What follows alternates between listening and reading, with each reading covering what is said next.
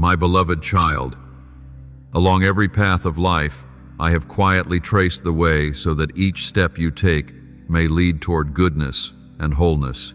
From the moment you took your very first step, every pace and every choice has carried the imprint of my hand sustaining you.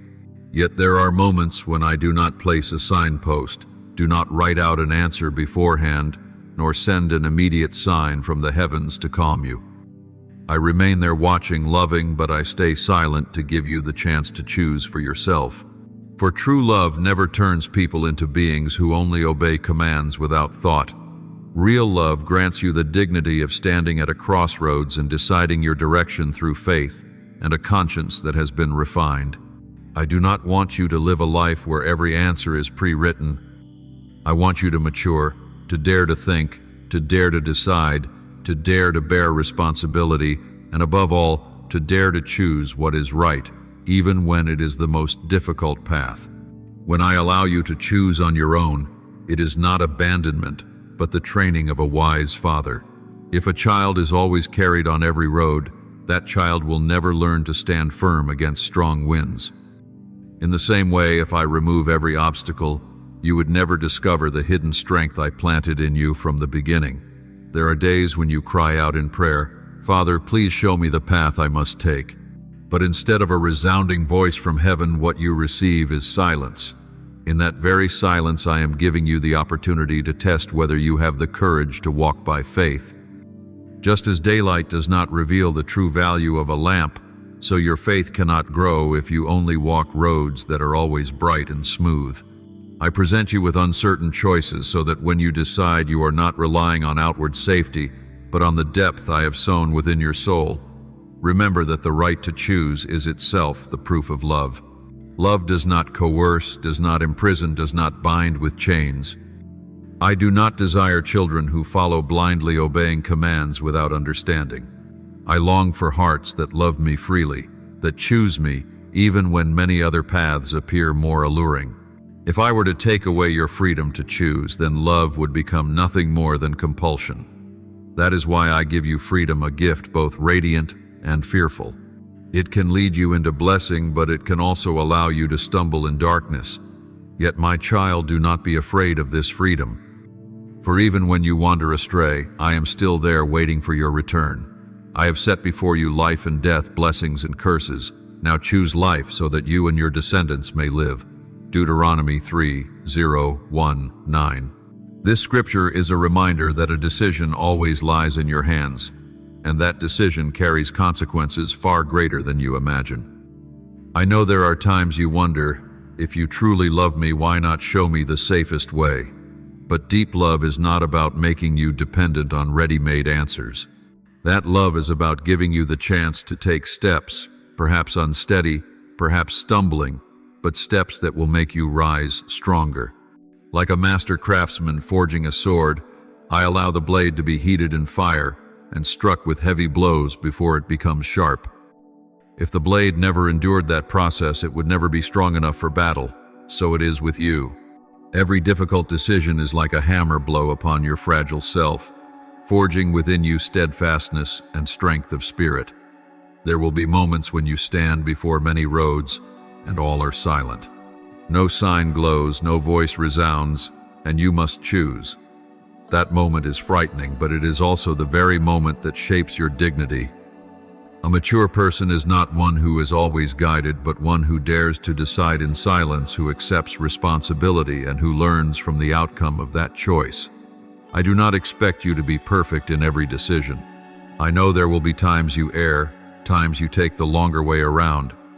Yet it is through such moments that you will grasp the value of wisdom, learning to discern what is genuine and what is false.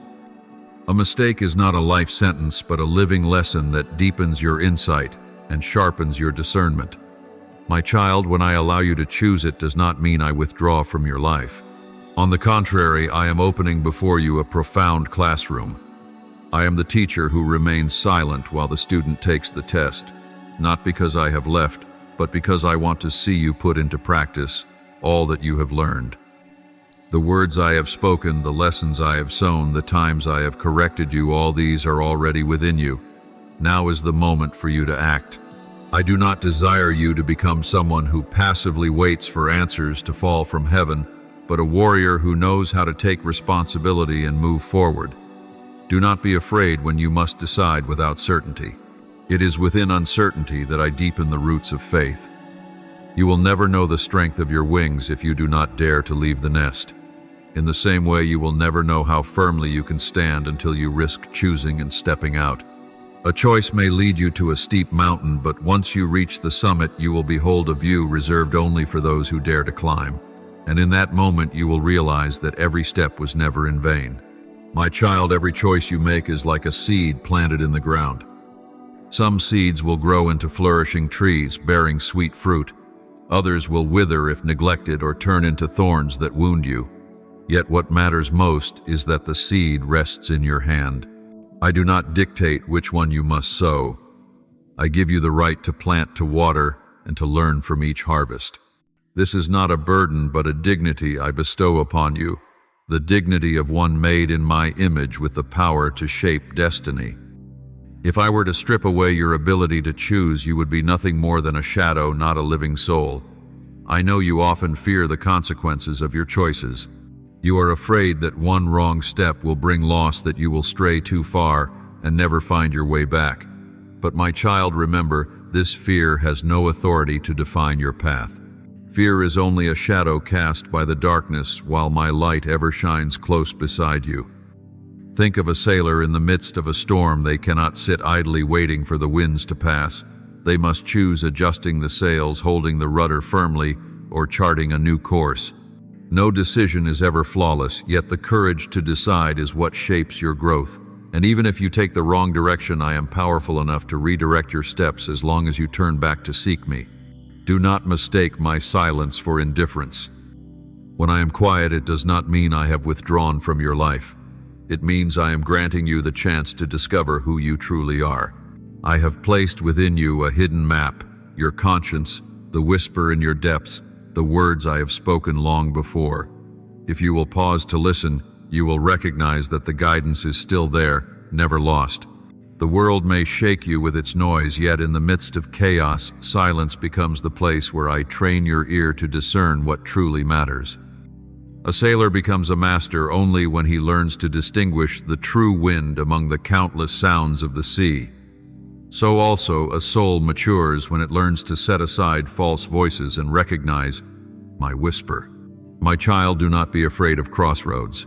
It is at the crossroads that your heart is revealed.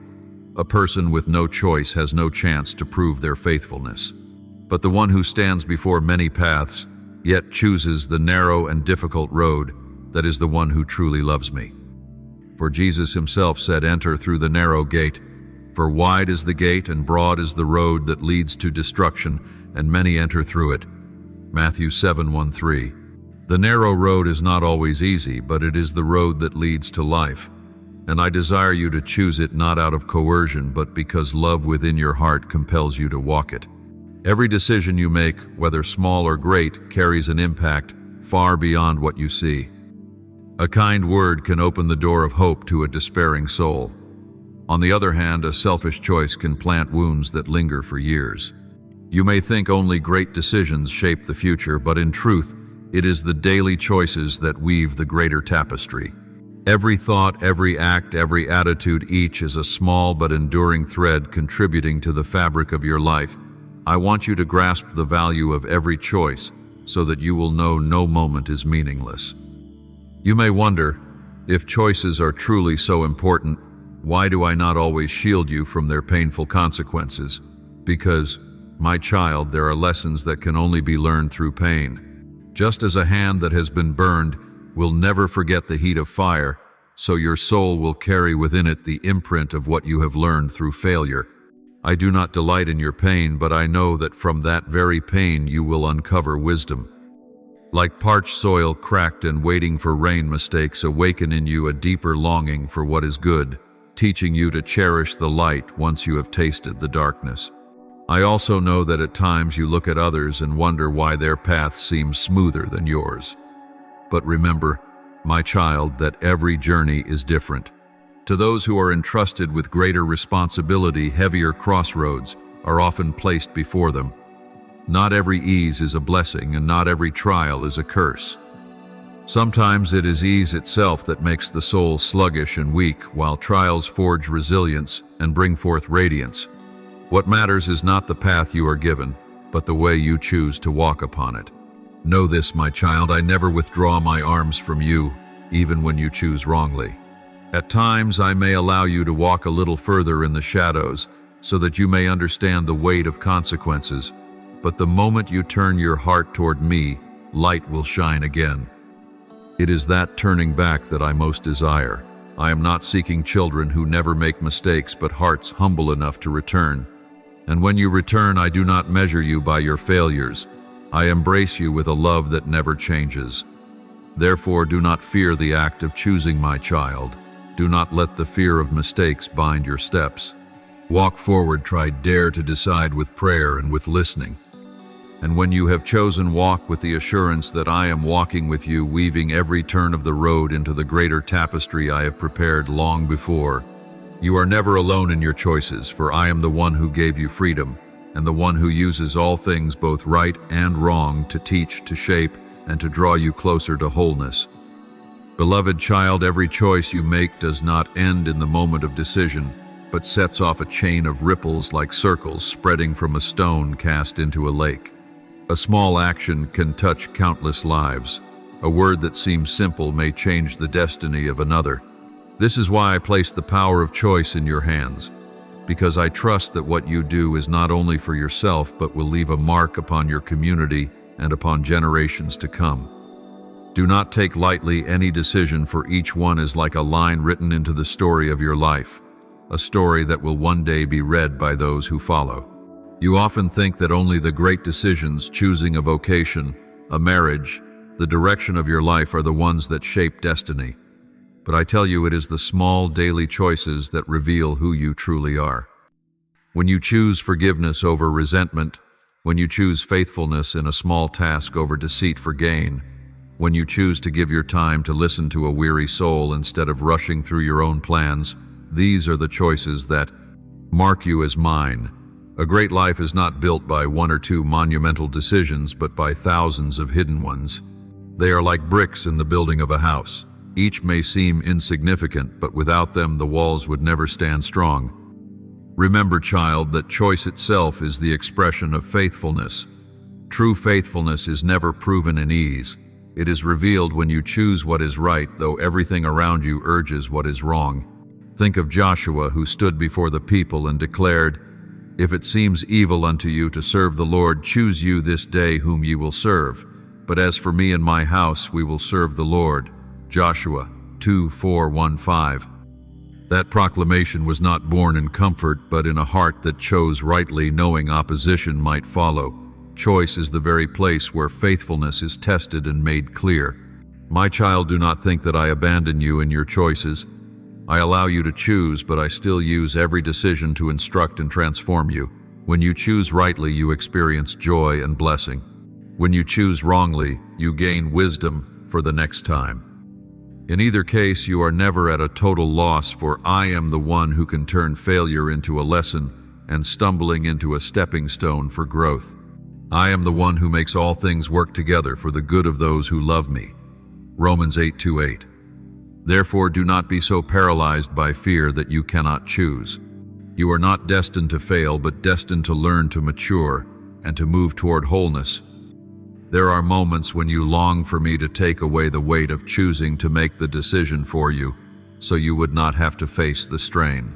But my child, if I did that, you would lose the chance to discover the maturity within yourself. A swordsmith does not merely hand a warrior a sharpened blade and say, "Go fight the battle." He lets the warrior learn how to hold it, how to turn it, how to wield it in smaller encounters before facing the greater war.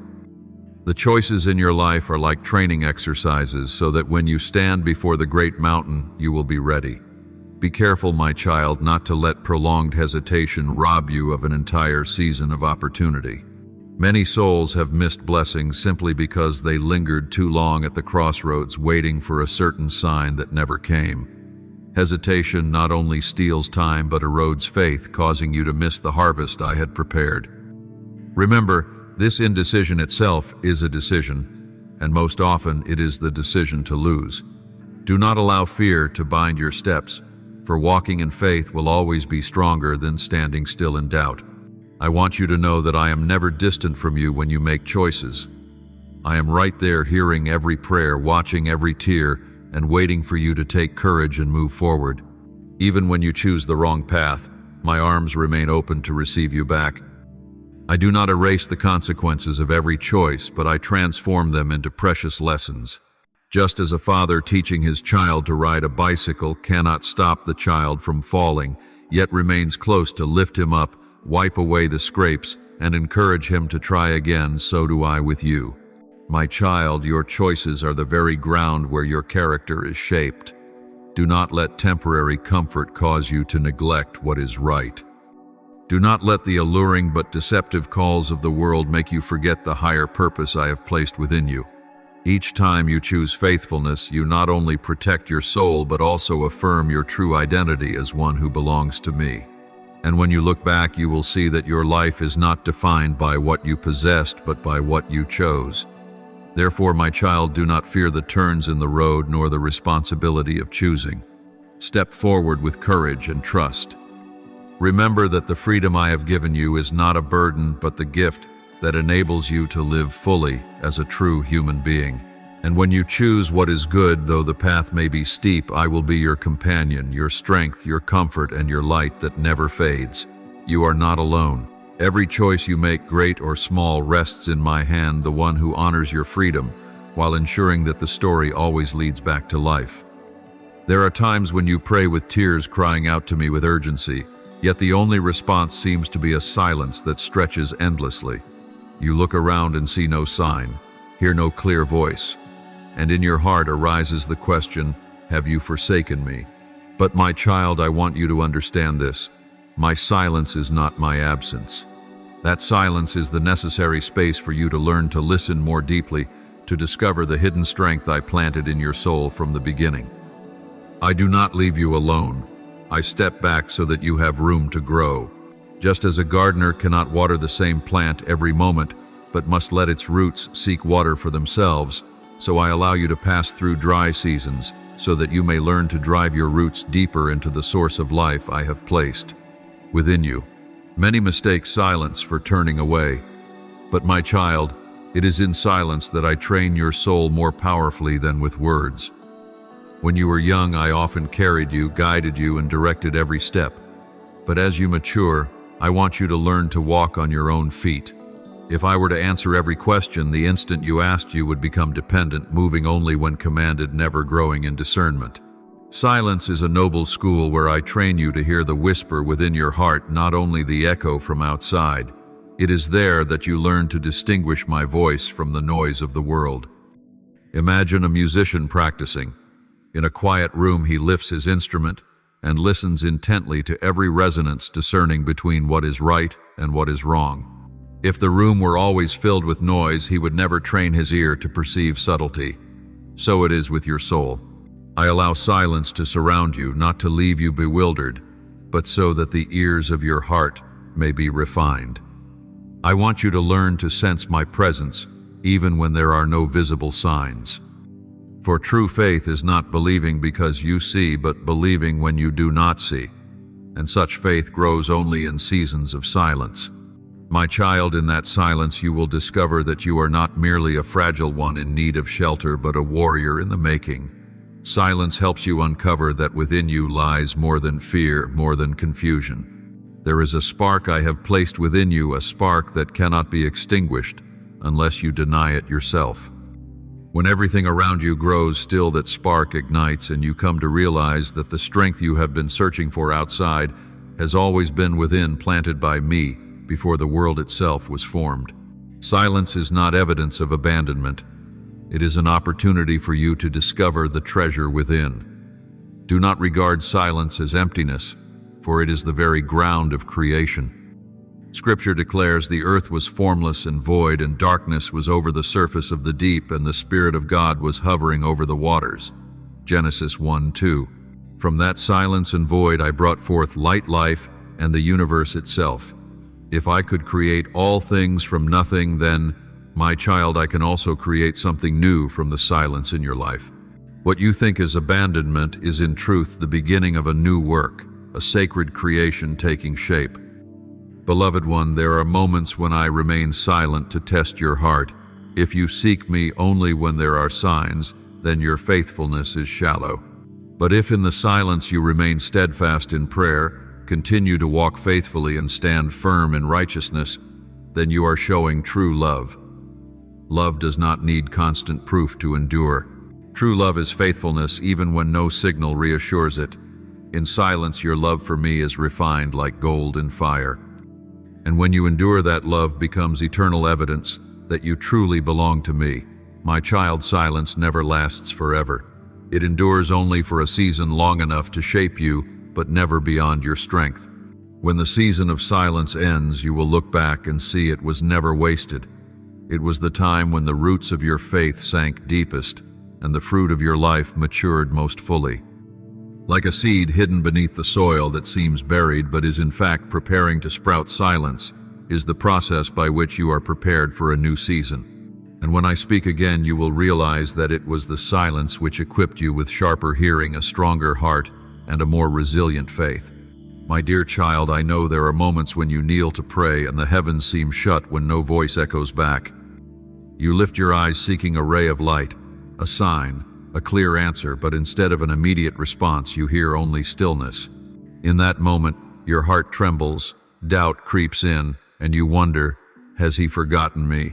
Yet, my child, that silence is the proving ground of faith where you learn to step onto the waters as Peter once did, not because you see the path, but because you trust the one who holds the storm. Silence is where I want you to realize that faith does not depend on fleeting emotions, nor is it bound to visible signs.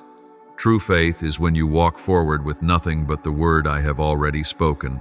Just as Abraham, when I called him to go, did not know where he was going or what awaited him, but only knew this: I was the one who had called, and therefore he must go. So it is with you. At times, I allow silence, not because I am indifferent, but because I want you to train yourself to trust in my nature, rather than demand constant proof. My child, you often long for safety, for a detailed map, for the sight of the destination before you begin the journey. Yet if everything were already clear, where would faith find its place? If every answer lay before you, you would walk by calculation rather than by trust. I know your heart craves certainty, but it is precisely within uncertainty that you learn surrender. At times, the trembling steps taken on a darkened path become the very place where you sense my hand holding you most firmly.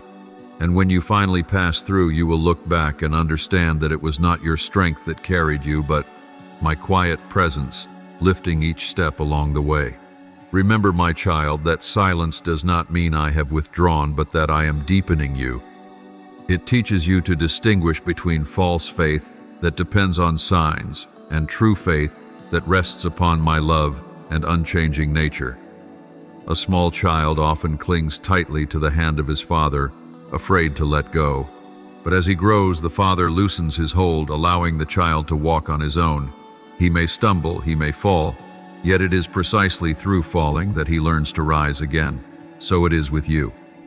When I am silent, you imagine I have abandoned you, yet in truth I am encouraging you to stand to discover that your feet are steadier than you ever believed.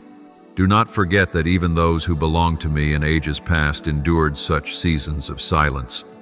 Joseph waited long years in prison for my promise to be fulfilled, yet no new dream came, no fresh word was spoken.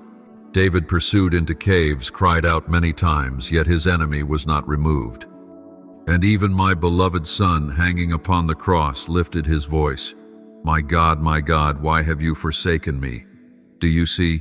Even the sinless one bore the weight of silence, so that you might know he understands the cry of your soul. But silence did not end in defeat.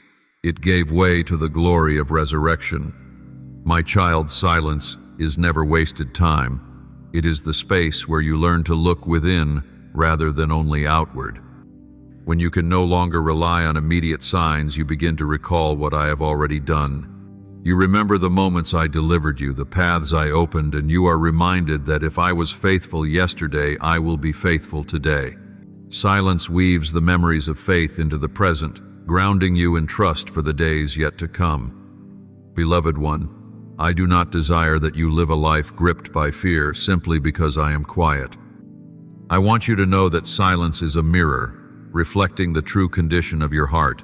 When no voice is heard, you begin to see what you truly believe, what you cling to, and what you deeply long for.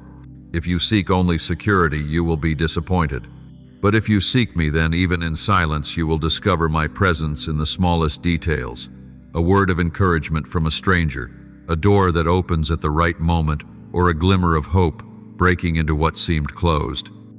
And know this, my child, when I am silent, I am still at work in ways your eyes cannot yet perceive. Like a seed lying hidden in the soil, nothing seems to change above the surface, yet beneath the earth, life is quietly unfolding. You think nothing is happening, but I am preparing for a new outpouring. I am clearing paths, moving mountains, shaping hearts, arranging circumstances, all in stillness. And at the appointed time you will see the prayers you once whispered bloom unexpectedly, so that you may realize silence has never been meaningless delay but part of a perfect design. Therefore, my child, take courage and walk on even when the heavens seem still. Do not wait for a thunderous voice from above before you move forward. Hold tightly to the promises I have spoken, letting them be a lamp to your feet in the night. Let silence teach you to listen more deeply, to trust more firmly, and to walk more steadfastly. For it is in silence that your faith is not only tested, but refined, like pure gold in fire, precious, radiant, and enduring forever. My child, silence is never meant only to test you, but to awaken in you a deeper hunger for my presence. If I answered at once every time, you would grow accustomed to receiving without learning the true worth of seeking. But when I am quiet, your heart begins to cry out, your eyes begin to search, and your soul is stirred awake. Silence transforms your prayers from routine words into the most earnest cries. It draws you away from the shallow and into the depths where you long and thirst to find me in truth. I do not delight in your pain, but I know that only through such true longing will you discover the living waters that never run dry. My child, silence is like a season of drought upon the land. Trees wither, the soil cracks, and every creature turns its longing toward water. Yet it is precisely in thirst that roots are forced to push deeper, breaking through hardened ground in search of hidden streams. And once they have found the underground current, they no longer fear the scorching sun, for their roots have touched a source that endures. So it is with you. If every need of yours were met instantly, your soul would remain shallow content, only to sip from the damp surface. But when you are faced with silence, you are driven to dig deeper, to search the innermost places of your heart, and there you will encounter me, the living water that never runs dry. If anyone thirsts, let him come to me and drink. John 7:37. This verse is not merely an invitation, but also the key to understanding the meaning of silence. Only when you truly thirst will you seek the true source. Silence is also the place where I teach you to discern between fleeting desires and genuine longing. When your prayers seem unanswered, many things you thought you needed suddenly lose their importance. Temporary wishes fade away, and what remains is the one essential thing, my presence. How many have prayed for wealth, fame, or immediate solutions only to discover through silence that the one necessity their souls cannot live without is me? And as you walk that same journey, you too will realize more clearly than ever, it is not the answers that satisfy, but I, myself, who am your reward. It is not the gift that fulfills, but the giver who brings true contentment. My child, silence is also an invitation to learn how to listen on a deeper level. The world around you is noisy, constantly filling your mind with information and conflicting voices. Silence becomes the wall that shields you, allowing you to sit still and tune in to the gentle whisper of the Spirit. You cannot hear the breeze if you are chasing the thunder. You cannot recognize the beat of your own heart if you are consumed by the clamor outside. It is in silence that I train you to recognize my voice, not loud, not violent, but gentle, distinct, sharper than any double-edged sword. And once you have mastered this skill, you will no longer depend on outward signs to know that I am near. Silence, my child, is also proof of trust. I am silent because I trust that you can walk through this season. I trust the seed of faith I have already planted in you. If I did not, I would always speak, always point the way, always shield your every step. But I choose to remain still because I know you are greater than you think, stronger than you imagine. You may see silence as an empty void, but I see it as the affirmation that you are ready for the next stage of maturity. A teacher is silent only when the student takes the test because he believes the student has been given enough to succeed. So it is with me. My beloved child, silence is not the end of the story, but a pause within it. It is the rest that makes way for the melody to rise. It is the night that prepares for the dawn. It is the fermenting time that allows the dough to rise into bread. Do not see silence as the conclusion. See it as preparation. And when I speak again, when the door swings open, when the promise is fulfilled, you will look back and know that silence was never meaningless. It was the necessary chapter that made your story whole. Therefore, my child, when you walk through long days that seem filled only with silence, do not lose heart. Let it become the flame that stirs you to seek more deeply, to pray more fervently, and to listen more intently. Believe that I am working even when you cannot see, and that I am preparing something far greater than your expectations. Do not fear the darkness, for light waits just beyond it. Do not fear silence, for it is but the soil that covers the seed before it bursts into life. You are not abandoned, and I will never let silence turn into forsaking.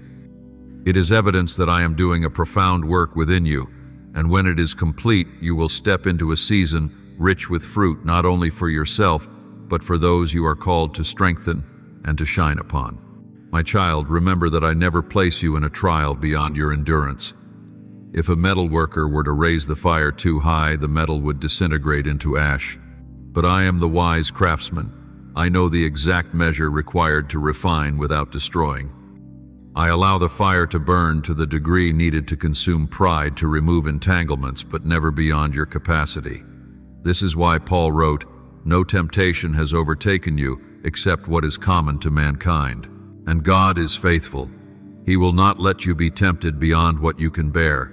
But when you are tempted, He will also provide a way out so that you can endure it." 1 Corinthians 10:13. This is my promise, my guarantee that I never cast you into the fire with cruelty.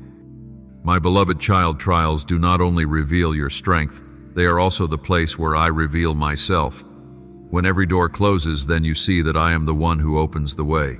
When your strength is drained, you come to realize that my power is complete. When all supports fall away, you experience that I am the foundation that can never be shaken. If life were only filled with ease, you might believe you were self-sufficient and strong on your own. But trials draw you nearer to me, reminding you that the only true source of life flows from me. They humble you, teaching that every victory comes not by your own ability, but by the grace and power of the one who created you. My child, do not see trials as enemies. Look upon them as strict but necessary teachers. A teacher does not spoil his student, but assigns difficult lessons to lift them higher. In the same way, I do not place you in the fire to destroy, but to train. The more you resist trials, the more weary you become. But if you receive them as lessons, you will see them turn into sources of strength. Every tear, every collapse, every hidden pain, all are shaping you into the better version I intend you to become. Beloved child, I want you to see trials with new eyes. Do not ask, "Why must I endure this?" Ask instead, "What shall I learn through this?" Do not cry, "When will this end?" Pray instead, "Grant me strength to walk it through." For maturity is not found in escaping trials, but in how you walk through them. A seed only sprouts when it dares to break its hard shell, bear the pressure of the soil, and reach toward the light. In the same way, your soul only grows when you allow trials to break the shell of safety, urging you to sink your roots deeper into the source of life. Remember, my child, trials do not last forever. They are but a season, yet their fruit will remain with you for a lifetime. Just as a soldier, after months of rigorous training, emerges with resilience, so you too will come through your season of trial with steadier shoulders, a wiser heart, and deeper faith. In that moment, you will realize that what once made you weep became the very foundation that now enables you to stand firm. And when you look back, you will give thanks, for no flame you have passed through was wasted. My child, do not despise the times when you fall, for even in those very falls, a priceless lesson is being sown into your heart. Every stumble is not the end, but an invitation to rise stronger. You may think falling is failure, but in truth it is preparation for steadfastness and growth, like a child learning to walk who must fall dozens of times before truly standing firm. So it is with you. Each fall trains unsteady legs, improves balance, and forges courage. Without falling, the child would never learn to keep upright. So it is with your soul. The stumbles are training, teaching you how to rise and continue forward. I know there are times you feel ashamed of your mistakes. You feel weak, unworthy, not good enough. But, my child, I do not see you through the lens of failure. I see you through the lens of a journey. To me, falling does not strip you of value. What matters is whether you choose to rise again. A precious gem covered in dust remains a gem. It only needs to be cleansed to shine once more. So it is with you. Mistakes may cloud your own view of yourself, but in my eyes you remain a treasured creation full of potential to shine if only you are willing to rise. My child, every fall is an opportunity to learn about yourself. In stumbling, you see your limits, your weaknesses, the hidden parts you often conceal. Failure is an honest mirror, refusing to let you live in illusion. It shows you how much more you need. Me, that true strength does not come from yourself, but from my grace. And when you recognize this, you are freed from pride, learning humility. That humility will safeguard you from even greater falls in the days ahead. My child, remember this: those I use most powerfully are often the very ones who have stumbled the most. David, the one called a man after my own heart, once committed grievous sins. Yet it was his repentance and his rising again after failure that turned him into an example of humility and dependence on me. Peter, the disciple who denied me 3 times later, became a pillar of the early church. It was the wound of his denial that softened him, taught him compassion, and made him bold in proclaiming grace. They were not defined by their fall, but by how they rose after it. Beloved child, every scar from your falls is a testimony of resilience. They do not disfigure you, they strengthen you. Like an ancient tree once toppled by storms, yet when it rises again, its roots sink deeper and its branches stretch higher. The truly resilient are not those who never fall, but those who never choose to remain on the ground. With every rising, your steps grow steadier, your eyes clearer, and your heart stronger.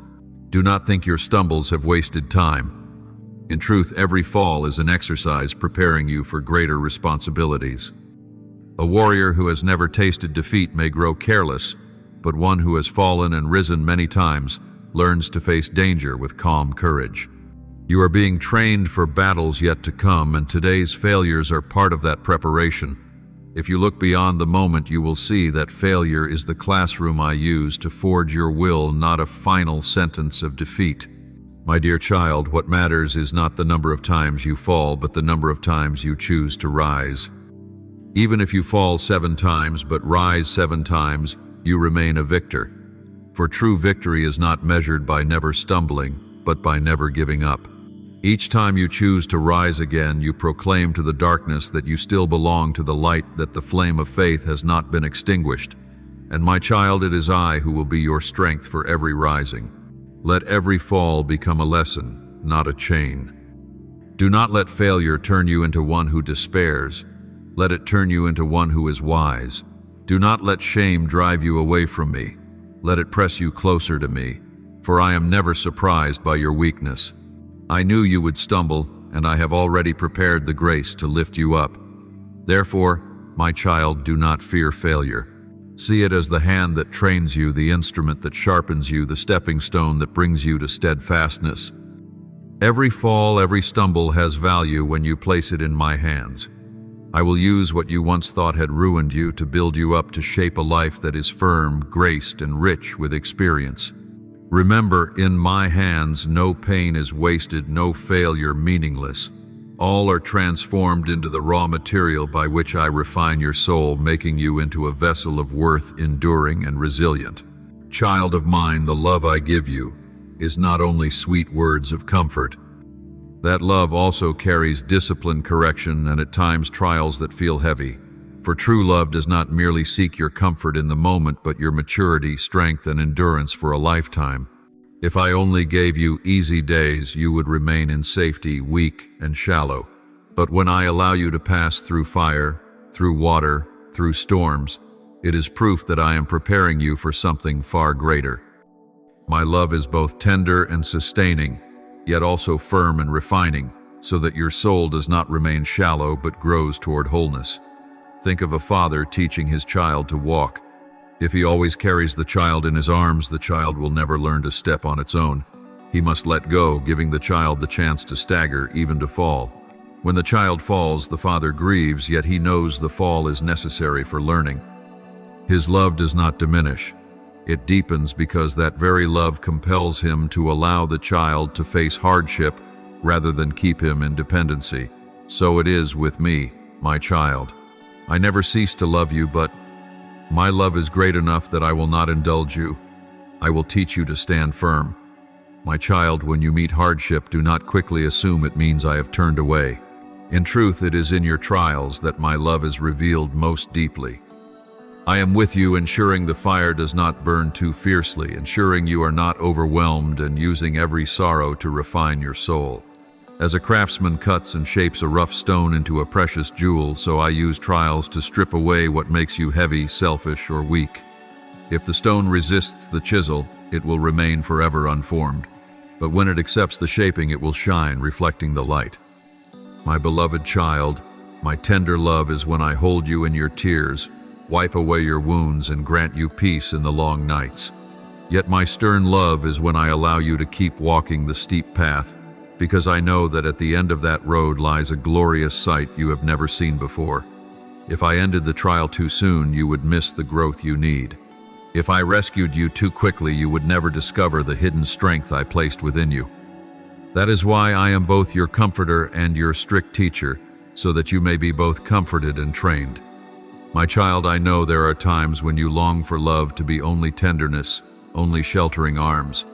But you must understand that love is incomplete if it ends there.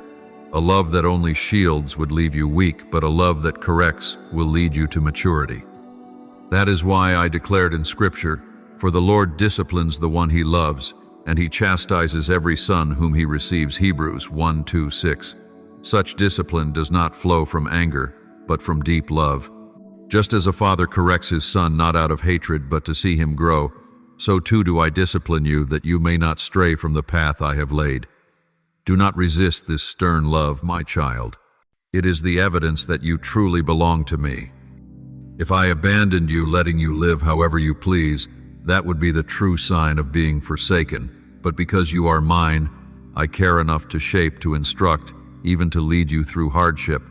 Look back at the seasons of struggle you have endured. Did they not make you deeper, wiser, and more grateful for blessings? Tears have shaped you into one who can empathize.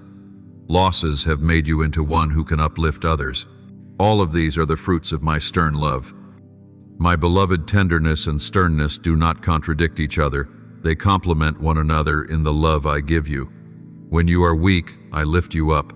When you need training, I place you in trials. When you cry, I hold you. When you grow proud, I humble you so you may learn humility.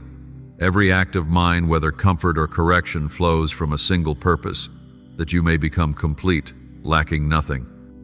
And one day when you look back, you will see that this love was never in conflict, but always consistent, strong enough to embrace and wise enough to refine.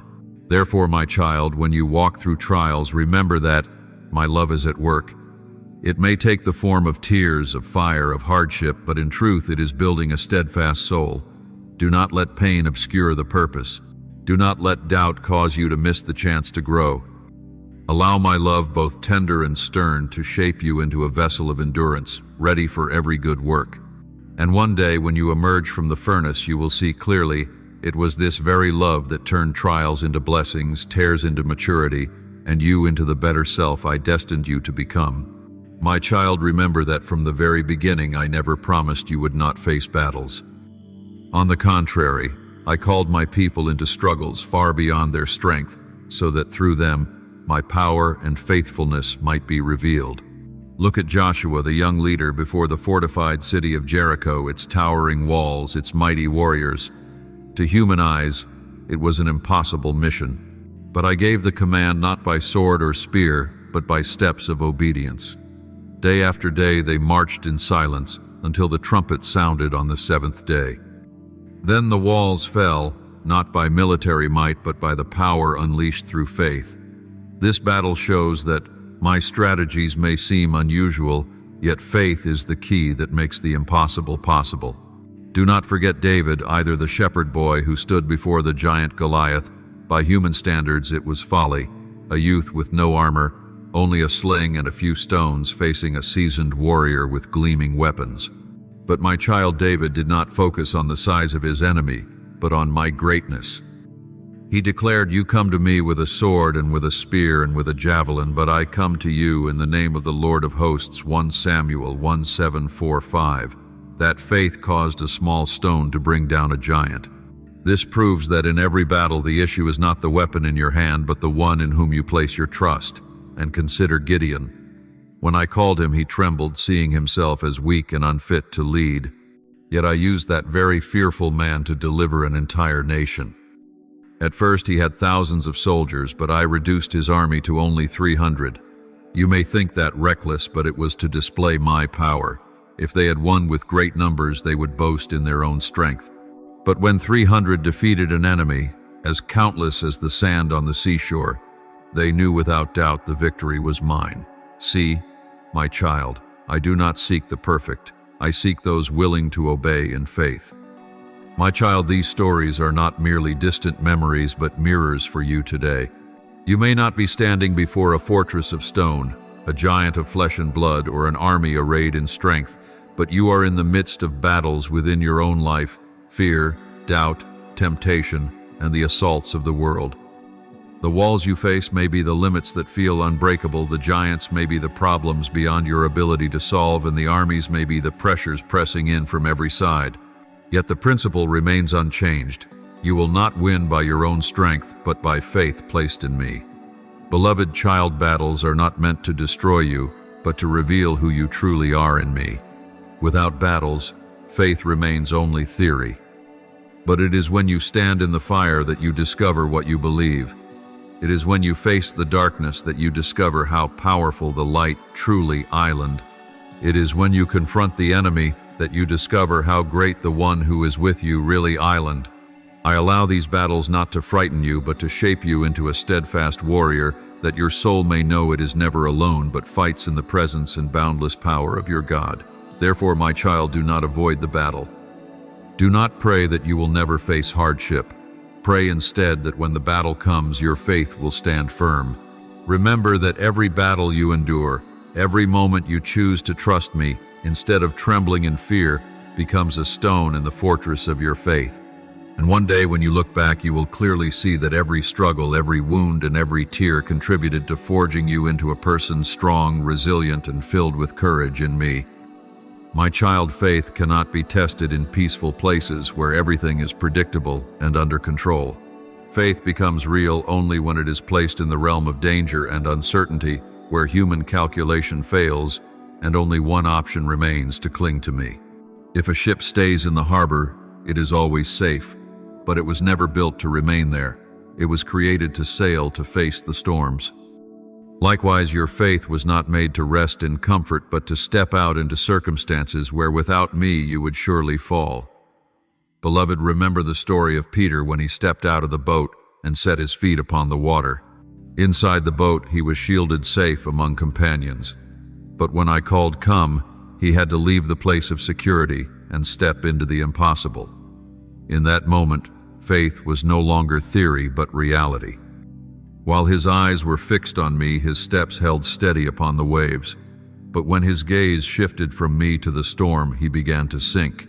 That story is not meant to display Peter's weakness, but to show you that true faith is revealed only when you dare to leave the boat and step into the unknown. My child's safety may protect you, but it will never grow your faith.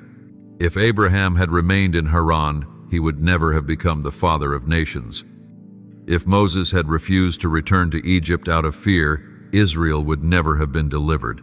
If Esther had stayed silent in the face of her people's peril, history would have taken another turn. Each of them had to leave the place of safety to face real danger, and there their faith shone brightest. Remember, my great works have never been accomplished in ease, but always in risk, where only faith could keep them standing firm. Beloved child, you cannot know how much you truly trust me, while you still lean on worldly securities. Only when every prop is stripped away will you see the true foundation beneath your feet.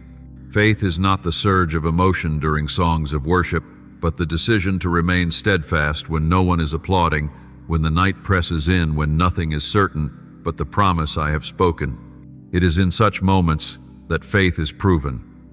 If all were clear, it would be certainty, not faith. But when you still dare to walk, though you cannot yet see, that is genuine faith. My child, I have not called you to a timid life of safety. I have called you into the deep waters where the waves crash fiercely, where only my presence can keep you from being overwhelmed. I know it is frightening, but it is also the place where you will encounter me most profoundly. In the valley of shadows, you will see me as the light. In the storm, you will discover me as peace. In lack, you will know me as the provider. In danger and uncertainty, you will learn that faith is not blind, but trust in the one who never changes. Beloved, remember that faith is refined in the very moments when you tremble most. When fear grips your heart and your steps falter, that is not the sign of failure, but the opportunity for faith to rise. I do not demand absolute strength. I ask only that you dare to take the first step. When you tremble, yet still move forward, your faith is revealed. And once you have walked through, you will realize that the dangerous place did not consume you, but transformed you, making you stronger, braver, and more deeply bound to me. Therefore, my child, do not fear the unknown and do not resist the call that pulls you beyond what is familiar. Remember that faith does not grow in safe places. It is strengthened only when tested, stretched, and placed in situations where I alone am the answer. Be steadfast, for with every risky step I walk beside you. And when you look back, you will see that the uncertain places, the perilous paths, became the very cradle in which the greatest faith of your life was born. My child, in every battle, what determines the outcome is not human strength, but obedience to my word. You may have weapons, strategies, and allies, but if you do not hold firmly to my word, everything will remain fragile. On the other hand, even if you stand empty-handed without any advantage in the eyes of men, yet, if you obey my word and persevere, the final victory will surely be yours. For triumph is not secured by your might, but by my power and faithfulness. Look at the story of Joshua and the city of Jericho. I did not command him to build siege ladders, nor did I instruct him to forge new weapons, but I simply told him to march around the city in silence, and on the seventh day to blow the trumpets. You see, by human standards, such a command was far from a reasonable strategy. Yet obedience in what seemed foolish opened the way for a miracle. Because they followed my word exactly, they witnessed the mighty walls collapse. This reminds you that sometimes my strategy does not resemble human wisdom, but if you obey, the impossible will become possible. David was the same. In the eyes of all, a shepherd boy standing before a giant with only a sling and stones was sheer madness. But David did not rely on his strength. He relied on the promise that I would be with my people. He declared his faith, cast the stone, and I guided it to its mark. Had he taken a sword or armor, he might have trusted in those weapons. But with nothing but faith and obedience, the glory was mine alone. This is the secret of every victory, not outward strength, but an obedient heart. My beloved child, obedience is not always easy. Many times my word calls you to wait patiently while others press you to act. At times I ask you to forgive when your heart feels wounded. At times I call you to give when you feel you lack. In human eyes, these things seem unreasonable, but it is obedience that unlocks the doors of victory, unreachable by reason. True faith is not found in understanding everything, but in trusting that I know better than you. And my child, victory never comes instantly.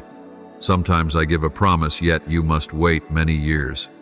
Joseph received his promise through dreams, but he had to endure a pit, a prison, and long years before its fulfillment. Abraham was told that his descendants would be as countless as the stars, yet he and Sarah had to wait until old age. Perseverance in the promise is where faith is refined. If you give up halfway, you will never see the final glory. But if you endure, you will discover that every word I speak is certain. My child, the enemy, always seeks to make you doubt my word. He knows that if you stop believing, you will stop walking forward. So he plants delay, disappointment, and lies into your mind. But remember, my word is unchanging. It never returns void. Even when circumstances contradict it, even when your eyes see nothing, my word is still at work. Perseverance in the promise is the key that holds your ground in the battle. Beloved one, see each battle as an opportunity to display faithfulness. When you choose obedience, you place me above fear, above human wisdom, and above your own calculations. When you persevere, you prove that your faith is not a fleeting wind but a firm foundation. And it is in the times when you see nothing that I am working the most. Just as a farmer waits patiently for seeds to grow, so must you wait patiently, for the harvest will come at the appointed time. Therefore, my child, do not seek victory in your own strength. Do not place your hope in swords, in intellect, or in your own plans. Place your trust fully in me, the one who has promised. Obey even when you do not understand, and persevere even when you do not see results. For victory does not belong to the strongest in the eyes of men, but to those who cling to my word. And when the battle is over, you will see that the glory belongs to me alone, but the joy of victory will be yours because you believed, you obeyed, and you stood firm to the very end. My child, I know you often fear the word waiting. To you, waiting feels like loss, like waste, like an unwanted delay. You long for prayers answered at once, for dreams fulfilled instantly, for sorrows to vanish in a moment. But hear me, waiting is never meaningless. It is not dead time, but a living process where your soul is trained, your faith deepened, and your inner being prepared to receive what I have destined. Waiting is my instrument to strengthen you, for some blessings are so great that if I gave them too soon, they would become a burden instead of a gift. Look at the life of Abraham. I promised that he would become the father of many nations, yet he had to wait until his old age before seeing that promise fulfilled. The years of waiting were not wasted. It was in that time that he learned the lesson of trust, that my faithfulness is not bound to human schedules, but to my plan. If I had given him a son early, he would never have experienced the wonder of what I can do when the impossible becomes reality. Waiting turned the promise into a miracle, and that miracle did not only transform him, but also changed the course of humanity. Remember also Joseph. As a teenager, he received great dreams that one day his brothers would bow before him. But instead of immediate fulfillment, he was sold into slavery, thrown into prison, and left waiting for many years. In human eyes, that delay seemed meaningless. But in my eyes, it was preparation. The years in the shadows shaped his character, forged wisdom, and taught him patience, so that at the appointed time he could rise to become the Prime Minister of Egypt. Without the waiting, he would not have matured enough to carry such a burden. It was the waiting that transformed a dreaming boy into a steadfast leader. My child, waiting is the time I use to purify the motives of your heart. Often you pray, but your motives are not yet pure. If I were to answer immediately, the blessing might become a snare. But when I let you wait, you begin to ask yourself, why do I truly desire this, for my own glory or for yours? And when your heart is refined, when your motives align with my will, waiting becomes a process of transformation. At that moment, the blessing is no longer merely an external gift, but a seal of inner maturity. My child, I know waiting makes you weary. But remember, waiting is not standing still in idleness. It is perseverance in walking daily in faithfulness. The farmer who sows must wait for the rains, must patiently await the harvest. In the meantime, he still works, still tends, still hopes. So too, when I cause you to wait, it is not so you do nothing, but so that you may learn faithfulness in small things. Each day you live uprightly. Each decision you keep your heart pure, each small act of love, all these are part of active waiting. They weave together the strength you will later need when the promise is fulfilled. My child, do not see waiting as an enemy. See it as a teacher, stern yet loving. It teaches you patience. It teaches you trust. It teaches you to cling to me instead of to outcomes. Without waiting, your faith would remain shallow, but with waiting it takes root, deeply unshaken by the storms. A faith that has never waited will collapse when trials come, but a faith tested through waiting becomes unshakable. Therefore, my child, when you find yourself in a season of waiting, do not lose heart. It is not a sign that I have forgotten you, but proof that I am preparing you. I am never late, but I am also never early. My timing is perfect, and waiting is part of that perfection. When you endure it with patience, you will realize that waiting has transformed you into someone new, deeper, stronger, and more ready to receive the blessing I have prepared. My child, when you wait in silence, you may think nothing is happening. Day after day you pray and hope, but your circumstances seem unchanged. You ask yourself, has God forgotten His word? Has He grown silent and turned away from my pain? But my child, what your eyes do not see does not mean it is not real. In the darkness, I am still working. In the silence, I am still arranging. In every moment, I am fitting together pieces you cannot yet imagine. Think of the seed hidden in the soil. On the surface, it seems to lie still, showing no sign of life. Yet beneath that covering of earth, a quiet transformation is taking place. The hard shell slowly begins to crack, the tender sprout pushes upward, and roots drive deep into the ground. No eye can see this process, but it unfolds moment by moment, until one day the new shoot breaks through the soil and appears before all. Your waiting is like that. You may think it is emptiness, but in truth it is a hidden process where I am working deeply within both you and your circumstances. My child, I do not act only to alter the circumstances around you. Above all, I move to transform your heart. If I were to give you what you asked for instantly, you would only witness the miracle outside, yet never experience the miracle within the renewal of your soul. In the waiting, I shape patience, I train humility, I teach you to trust. Each day you choose faithfulness. Each time you refuse to give up, it becomes a step of molding. I am engraving into your spirit a strength that no hardship can ever steal away. Beloved one, I am also at work in the things you cannot control. When you pray for a door to open, I may be preparing the hearts of those connected to that blessing. I may be moving mountains, leveling paths, or arranging circumstances your eyes have not yet seen. Just as when I brought Israel out of Egypt, I did not deliver them in a single night. Long before, I had been preparing Moses in the wilderness, setting signs in place, and even shaping Pharaoh's heart. Waiting is not a delay, but the alignment of my timing with the readiness of the universe to fulfill the promise. Often, my child's silence is my way of protecting you.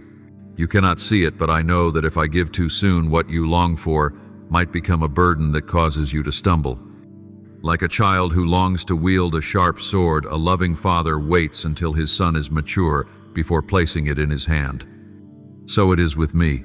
In the waiting, I am maturing you so that you can carry the blessing I am about to give. Without this shaping, the blessing might turn into downfall.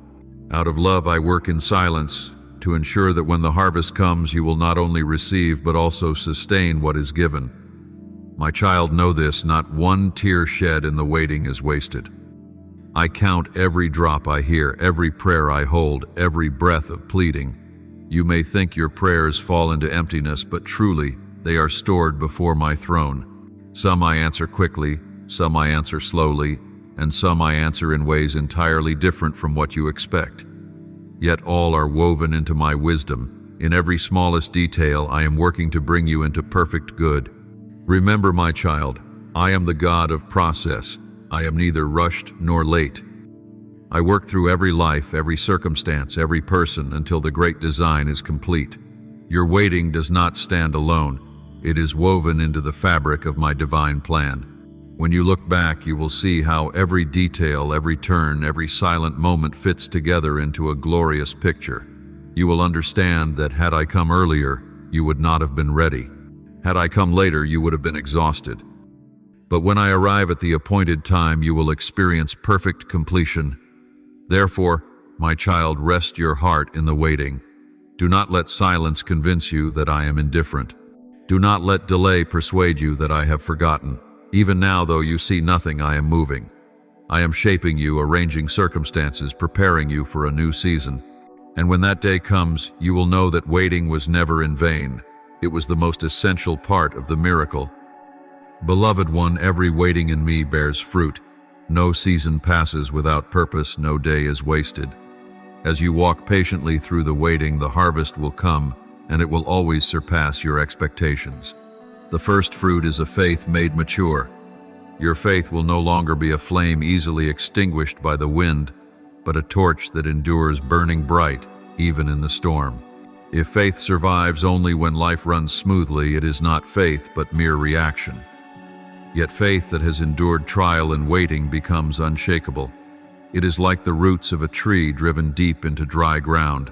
The harsher the drought, the deeper the roots, and the stronger the tree stands against the storm. Remember Abraham. He was not only called the father of a nation, but also the father of faith. Why? Because he waited. The promise came when he and Sarah were already old beyond the possibility of bearing children. Yet it was precisely in that long season of waiting that his faith was strengthened. He learned that true belief is not anchored in circumstances, but in the one who gives the promise.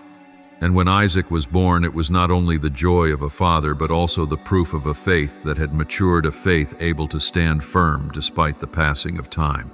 My child, the second fruit of waiting is a complete blessing that comes in its appointed time. I never give half blessings, nor do I place blessings in your hands before you are ready to hold them. A blessing given in its proper season will make your life whole, not only for you, but also for those around you. Consider Joseph. After years of imprisonment, the day he was brought out of the dungeon to become governor was not merely his personal deliverance, but the salvation of an entire nation. Had the blessing come earlier, he would not have been mature enough to lead. But when it came in due time, he was not only lifted up, but also became a channel of blessing for multitudes. Beloved child, waiting transforms blessings into completeness, not just temporary satisfaction. If I were to give you what you long for before you are fully grown, you might squander it, or it might become a burden. But when I give according to my timing, the blessing becomes a firm foundation for your future. You will not only receive it, but also keep it, nurture it, and share it. I bless not merely to please you, but to accomplish my higher purpose in you and through you. Look back, dear one, on the seasons of waiting in your life.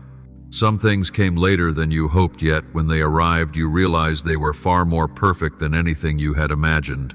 For in the time of waiting, I was at work shaping you within and preparing the circumstances around you. The reward was not only in what you received, but in who you became, through the process, deeper, stronger, richer in love and patience. That is the greatest blessing of all. My child, I do not promise that waiting will be easy. It demands tears, endurance, and sometimes long nights without answers. But I do promise that waiting in me always ends in glory. You will see the promise fulfilled, but not only that, you will also see yourself transformed to reflect me more closely. And when the blessing comes, you will give thanks not only for what you received, but for the journey that taught you its true worth. Therefore, do not fear waiting, dear one. Receive it as part of the miracle. Let it refine your faith, purify your motives, and prepare your heart. And when my appointed time arrives, the blessing will be whole, neither lacking nor late nor premature, but precisely aligned with my perfection. Then you will understand that waiting was never wasted. It was the path to an unshakable faith and a blessing that cannot be moved. My child, perhaps the most difficult part of my love for you is discipline. You often associate love with gentleness, comfort, and support, but you seldom realize that true love also involves correction and instruction. If I were to let you live entirely as you please, never correcting, never restraining, that would be abandonment, not love. Love and discipline is not to crush you, but to guard you from destruction and to shape you into steadfastness. That is why Scripture declares, "For the Lord disciplines the one he loves, and he chastens everyone he accepts as his son," Hebrews 1:2-6. Discipline is not a sign that you are rejected, but proof that you truly belong to me. Think of a father teaching his child to walk. When the child stumbles forward and tries to run toward danger, the father's hand holds him back. If the child insists on heading toward the edge of a cliff, the father will firmly stop him, even rebuke him, not out of hatred, but because love compels him to protect the child from dangers he does not yet see. So it is with me, beloved one.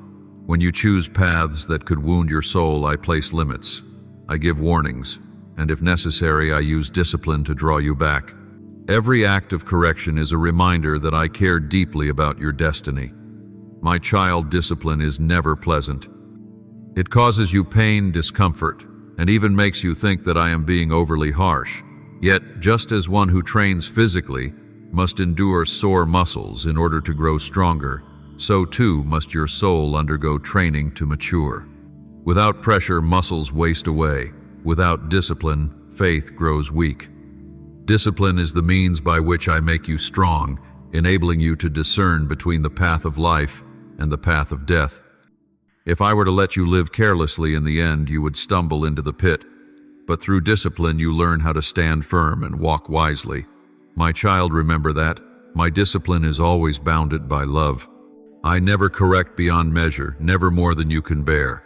I take no delight in your pain, but I know that sometimes only through pain can the soul be awakened. Just as a surgeon uses a scalpel to remove a tumor, the wound is temporary, but the life saved endures, so it is with you. If he refused to operate simply to spare the patient's suffering, that would not be love but neglect. In the same way, I permit temporary pain to rescue your soul from eternal destruction. Beloved child, the love within discipline also teaches you obedience. If you only obey when it is convenient, that is not true obedience. But when you submit, even when it causes you discomfort, when you still choose to trust me, even as I correct you, that is obedience born out of love and trust. Discipline trains your heart to be tender, attentive, and no longer hardened in its own will. And when your heart is soft, I can lead you into the deeper places of my plan. Do not fear discipline, my child. See it as a sign of love. When I correct you, it is a reminder that I have never abandoned you. If I left you alone, you could live according to your own desires, without ever feeling conviction within. But because you belong to me, when you wander, your conscience stirs. My spirit reminds you, and circumstances compel you to stop. All these are evidence of love within discipline. It is like a protective fence, keeping you from falling into the abyss. Therefore, my child, instead of resisting discipline, receive it with gratitude. Believe that behind every correction is a greater plan. Let discipline purify you, steady you, and make you strong. One day you will look back and see that my correction was never in vain. They were proof that you were loved, chosen, and prepared for a higher purpose. I want you to understand that discipline is not something new in the journey of those who belong to me. From the beginning, all my beloved children have walked through seasons of correction. None are exempt. If Abraham had to wait to learn the lesson of trust, if Joseph had to endure prison to learn patience, then you too will have your seasons of discipline to learn your own lessons. This is not favoritism, but the way I shape all whom I have chosen. Remember Israel in the wilderness. I delivered them from slavery in Egypt with great signs and wonders. Yet instead of being led straight into the promised land, they wandered 40 years in the desert. Have you ever wondered why? Because they needed to be taught, to be shaped, to shed the mentality of slaves and become a free people who knew how to obey me. The trials in the wilderness were not meant to destroy, but to refine, so that the generation entering the promised land would not be complainers, but a people who trusted and obeyed. That is love and discipline, loving them enough not to allow them to enter blessing while still immature and faithless. My child, consider David. He was anointed king while still young, yet he spent many years being hunted by Saul, living in caves, enduring shame and danger. Why would I allow my chosen one to suffer such hardship? Because I desired to shape him into a king who leaned on me rather than power. Had I placed him on the throne too soon, he might have become a proud tyrant. But through years of discipline, he became a leader who could weep with his people, who could humble himself before me. And when he reigned, My love was revealed through the way he shepherded the nation. Beloved, even Peter had to endure discipline. He once boldly promised never to deny me, yet within a single night he denied me 3 times. That was a bitter fall, a painful discipline. But it shattered his pride, softened his heart, and prepared him to become a strong yet humble apostle, willing even to die for me. Without that discipline, Peter would never have become a pillar of the church. Once again, you see the love and discipline I allowed him to stumble, not to destroy him, but to build him. And remember Paul, my child. He once persecuted the church, thinking he was doing right. But on the road to Damascus, I struck him down, leaving him blind for 3 days. That was a severe discipline, but it opened his spiritual eyes to see the truth. Later, Paul wrote that he had a thorn in the flesh, a weakness I allowed to keep him humble. He pleaded with me to take it away, but I answered, "My grace is sufficient for you, for my power is made perfect in weakness." 2 Corinthians 1:2-9. My child, I did not remove the thorn because it was the very instrument keeping him dependent on me. That was discipline, but it was also love. My child, love within discipline is also revealed in the realities of daily life. When a father is strict with his children, it is not because he lacks affection, but because he desires them to grow into people of integrity. A good teacher will not allow students to live in ease, but will place difficult challenges before them so that they may mature. A trainer will not let an athlete live carelessly, but will require rigorous practice, knowing that without discipline there can be no glory. In the same way, I am the Father, the teacher, and the trainer of your soul. I discipline because I know your potential, and I do not want you to live beneath the glory I have destined for you. Beloved child, do not think that my discipline is distance. In truth, it is the way I draw nearer to you. When you stray, I do not allow you to wander too far, but use discipline to call you back. When pride overtakes you, I permit circumstances that humble you. When you chase after fleeting things, I let them collapse, so you may remember that only I am the unshakable foundation.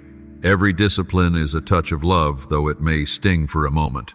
Yet when you look back, you will see that without those corrections, you would have drifted far away. Therefore, my child, open your heart to receive discipline with gratitude. Do not only ask, "Why has this happened to me?" but ask, "What does the Lord desire to teach me through this?" For within every discipline lies a lesson. And when you embrace that lesson, you will not only walk in the right direction, but you will also grow stronger. Love expressed through discipline is how I keep you close, ensuring you never wander from your eternal purpose. My child, know this discipline is not the end, but the road to new horizons. When I mold you, it may feel like restriction, but in reality, I am removing invisible chains that you did not perceive. Like a sculptor chiseling a rough stone, each strike may cause pain, but none is meaningless. Every fragment that falls away does not diminish you, but reveals the beauty already hidden within. And when the work is complete, you will understand that discipline was the very tool that freed you from the rough shell, making you into a masterpiece to be beheld. Child, discipline does not merely show you what is wrong, but also opens your eyes to what is truly worthy. When you are corrected for chasing after empty pursuits, you begin to see what has lasting value. When you lose something you thought essential, you discover that I alone am the unfailing source of life. This is the hidden gift within discipline. It does not only shape behavior, it reshapes the heart, teaching you to place your treasure in the right place. Without such correction, you could spend a lifetime chasing vanity, only to realize too late that it was all in vain. Beloved one, the fruit of discipline is not revealed immediately. It is like wine that must rest in a wooden cask for years before it carries its full aroma and flavor. In the midst of correction, you may feel bitterness, restriction, even the loss of freedom. But as time passes, you will look back and see that those seasons shaped you into someone deeper, wiser, and more mature. It teaches you patience when others are hasty, steadiness when others are shaken, and discernment between what is fleeting and what is eternal. A soul that has been trained through discipline will no longer be easily swept away by the noise of the world, but will know how to listen to the whisper of truth. My child, picture a garden. If the gardener never prunes the branches, the tree may grow lush and leafy, but the fruit will be small and scarce. On the other hand, when unfruitful branches are cut away, the tree suffers pain, yet its strength flows into the healthy branches, producing abundant fruit. So it is with you. Discipline is my pruning shears. It may hurt for a time, but it opens the way for a new season of fruitfulness. When harvest time comes, you will realize that yesterday's pain was the foundation for today's blessing. Child, the greatest result of discipline is not outward perfection, but inner freedom. When discipline teaches you to let go of destructive habits, it does not merely correct behavior, it liberates you from slavery to yourself. When discipline teaches you to wait, it does not simply restrain impatience, it gives you the wings of perseverance to soar farther. When discipline teaches you humility, it does not only break pride, it leads you into true rest because you no longer carry the burden of proving your worth. Discipline is not a chain, but the key that opens the door to higher freedom. My child, one who has never endured discipline is like a young tree that has never faced a storm, pleasing to the eye, yet fragile when the winds grow strong. But the one who has been shaped through discipline is different. Their eyes see farther, their heart grows more generous, and their shoulders are strong enough to carry the burdens of others. That is what I long to form in you, to make you a place of refuge, a soul who comforts the weak, lifts up the fallen, and guides the wandering. The fruit of discipline does not end with your own transformation. It flows outward to touch and transform the lives of those around you. My beloved, discipline also prepares you for greater responsibilities. One who has never learned discipline cannot be entrusted with blessing. They will either let it slip away or misuse it. But the one who has been trained through correction will know how to preserve, to distribute, and to multiply. That is why I do not usher you into blessing too soon. I desire discipline to shape you into a faithful steward, one who understands that what you have is not given merely for your own consumption, but to serve a higher purpose. Therefore, my child, do not see discipline as darkness, but as a cradle that nurtures your soul. It is not a sign of failure, but a witness that you are being prepared for something greater. One day, when you look back, you will see clearly it was the years of pruning, of molding, of correction that laid the stones for the steadfast person you have become. You will know that discipline is never opposed to love. It is love in its most courageous form, the kind of love that dares to let you hurt, so that you may truly live. Darkness has never meant that I am absent. It is but another setting, a backdrop against which light becomes sharper and hope burns brighter. You often tremble when night falls, when all around you turns unclear, when your eyes can no longer discern the path. Yet it is within that night that the lamp of hope is most essential. If your whole life were only daylight, you would never treasure the light. If you had never passed through a valley of shadow, you would never know how radiant hope can truly be. My child, darkness is not the end, but a part of the journey. Night and day coexist, just as joy and sorrow, victory and failure are woven together in the grand design I am painting for you. If there were only light, you would grow blind to its worth. But when you walk through the night, light becomes a gift, becomes life itself, becomes an unshakable promise. That is why I permit darkness to remain, not to destroy you, but to show you that hope is never extinguished. Remember, my child, hope is not a vague optimism, but the anchor that steadies your soul in the storm. When you see nothing but night, hope whispers that dawn will come. When every door is closed, hope reminds you that I still hold the keys. When your heart grows weary, hope sustains its rhythm. And my child, that hope does not come from within you, but from me, the one who has declared, I will never leave you nor forsake you. Hebrews 1:3-5. This promise is the flame that keeps the night from ever swallowing you whole. My child, darkness may obscure your sight, but it cannot conceal my presence. You may not see me, but I am still near, like the breath unseen yet sustaining life. At times I choose not to drive away the night immediately, because within it you will learn the lesson of hope. Hope is not born when all is easy. It is born when you stand amid uncertainty, yet dare to believe that the light will return. Without darkness, hope is only an empty word. But within the night, hope becomes a living truth, a fire that cannot be quenched. My beloved, I want you to see darkness through different eyes. Do not treat it as an enemy, but as the canvas for a greater masterpiece. Darkness slows you so that you might hear my whisper. Darkness teaches you to rely not on your sight, but on your faith. Darkness drives you to seek the light, and in your seeking you will find me there.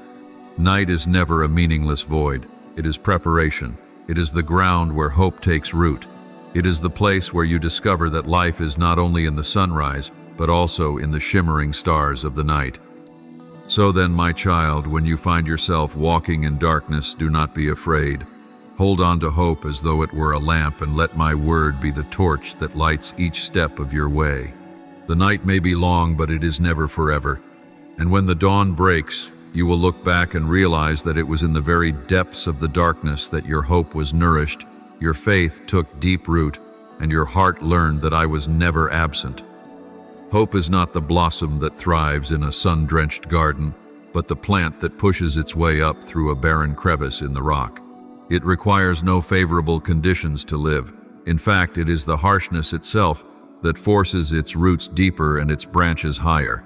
You may think that hope only survives when everything is calm and secure, but no hope truly reveals itself only when all else has faded away. When laughter is silenced, when human trust collapses, when earthly light goes out, that is the moment hope flares like a spark in the night. My child, I know you often despise waiting in the dark. You long for me to sweep away the clouds at once, to open the path immediately.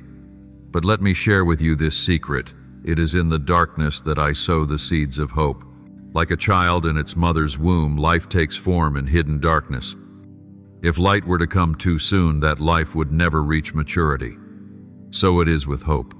It needs its season of concealment, its time of being nourished in the shadows, so that when it is full grown, it can stand strong in the brightness of day. Beloved one, there are instruments that only sound their true notes when the strings are stretched to the point of almost breaking. In the same way, your soul sometimes must pass through tension, loss, and pressure, so heavy it feels unbearable in order for hope to sing its truest song. In times of ease, hope is only a pleasant word. In times of hardship, hope becomes a hymn of salvation. It is not the luxury of the carefree, but bread and water for the weary and destitute. Look around this world, my child. It is on the battlefield that the greatest stories of hope are written. It is in the hospital ward that the most resilient eyes shine. It is in the long nights of the grieving heart that the whispers of hope echo most clearly. Do you see, hope does not need favorable conditions to exist. It needs only a heart that chooses not to let go. Even the smallest spark is enough to carry you through the blackest night. Sometimes, my child, hope does not appear as a blazing flame, but as a faint ember. You may think it is about to die out, but I breathe upon it and it glows again. Its very fragility makes it precious. If it always burned fiercely, you would never learn to shelter it, to nurture it, to guard it in the depths of your heart. But because it is fragile, you learn to hold it as the most treasured gift, refusing to let the winds of life extinguish it. And as you keep it, I breathe upon it with my spirit so that it never fades away. Beloved one, understand this hope is not given merely to help you survive the night. It is given so that you may turn the darkness into a schoolroom. In suffering, hope teaches you patience. In loss, hope teaches you to look beyond what is gone. In silence, hope teaches you to listen. It is not just a lifebuoy to keep you afloat on the sea, but a lighthouse to guide your course through the night waters. You may think hope is only what keeps you from drowning, but in truth, it is what teaches you to swim, to row, to lift your eyes toward the distant shore. Do not think, my child, that hope is an illusion. It is not the denial of reality, but the courage to face reality while still holding fast to the promise that the final word does not belong to the darkness. When you see a grave, hope reminds you that resurrection is yet to come. When you see a door closed, hope tells you there is a key still unused. When you see a dream shattered, hope whispers that I still have another story to write. That is why hope does not perish in adversity. Adversity itself makes it more real than ever. My child, let hope become an inheritance within your heart, not only for your own survival, but that you may pass it on to others. One who has walked through darkness with the lamp of hope knows how to take another's hand when they too are lost. The hope within you is not only for yourself, it becomes light for those in despair around you. Through your very experiences, you become a living testimony that darkness is never the end and that light is always nearer than you imagined. Therefore, my child, do not long for a life without darkness. Instead, long for a heart that knows how to keep hope. For when you hold that lamp of hope in your hands, you will never be swallowed by the night. Rather, you will become living proof that darkness only serves as a backdrop for the glory of light. And one day, when you look back, you will realize that the darkness never robbed you of life. Instead, it birthed within you a priceless treasure, a hope that cannot be extinguished. My child, many think of hope merely as a gaze toward the future, a promise far away. But true hope is not locked in some distant tomorrow. It weaves itself into every moment of the present, granting you strength to take another step even when the ground beneath you trembles. Hope is not only things will get better, but even now I can still stand firm. It is not an escape from reality, but wings that carry you through reality. My child, when you grow weary in battle, hope is the strength that raises you each morning. It whispers that though your wounds have not yet healed, you can still walk on. It reminds you that though you do not yet see the way out, every small step draws you nearer to the light. Think of the marathon runner. They do not see the finish line from the start, but every stride is sustained by hope that the body can endure a little longer. It is hope that keeps them from giving up. In the same way, hope keeps your soul from surrendering in its weariness. Beloved child, hope transforms the present into a place of meaning. Without hope, every sorrow is a useless burden, but with hope, that same sorrow becomes a classroom. A single tear is not merely a sign of loss, it is proof that your heart still beats with life. A single failure is not the end, but a stepping stone toward learning what truly endures. Hope threads golden strands into the fabric of the present, so that even the darkest cloth bears a hidden beauty that you may not see yet. My child, hope is also the remedy for loneliness. When you feel that no one understands, hope whispers that I am still listening. When you feel abandoned, hope assures you that you are never truly alone. This very hope is the bridge that keeps you bound to me even when my voice seems faint.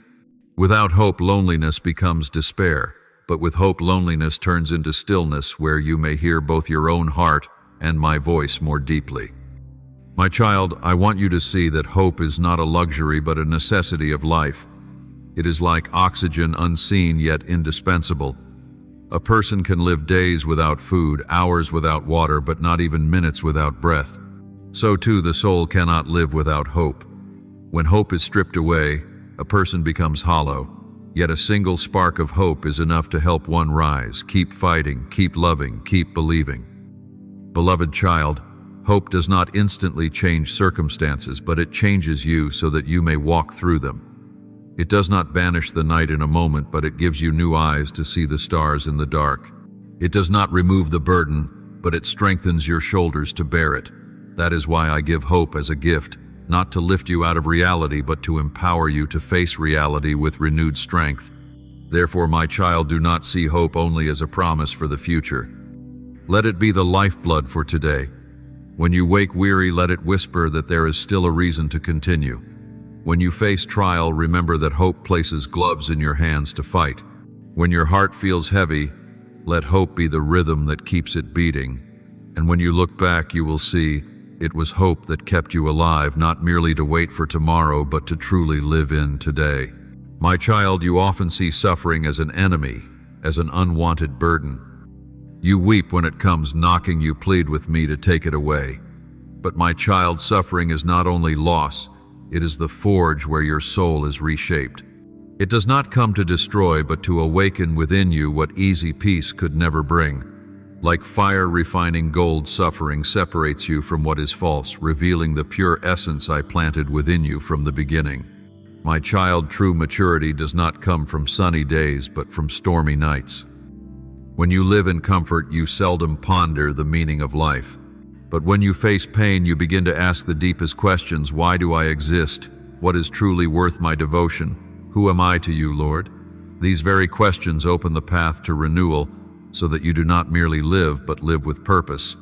Suffering is like a stern hand carving away the excess to uncover the true core within. My beloved child, imagine a grain of wheat.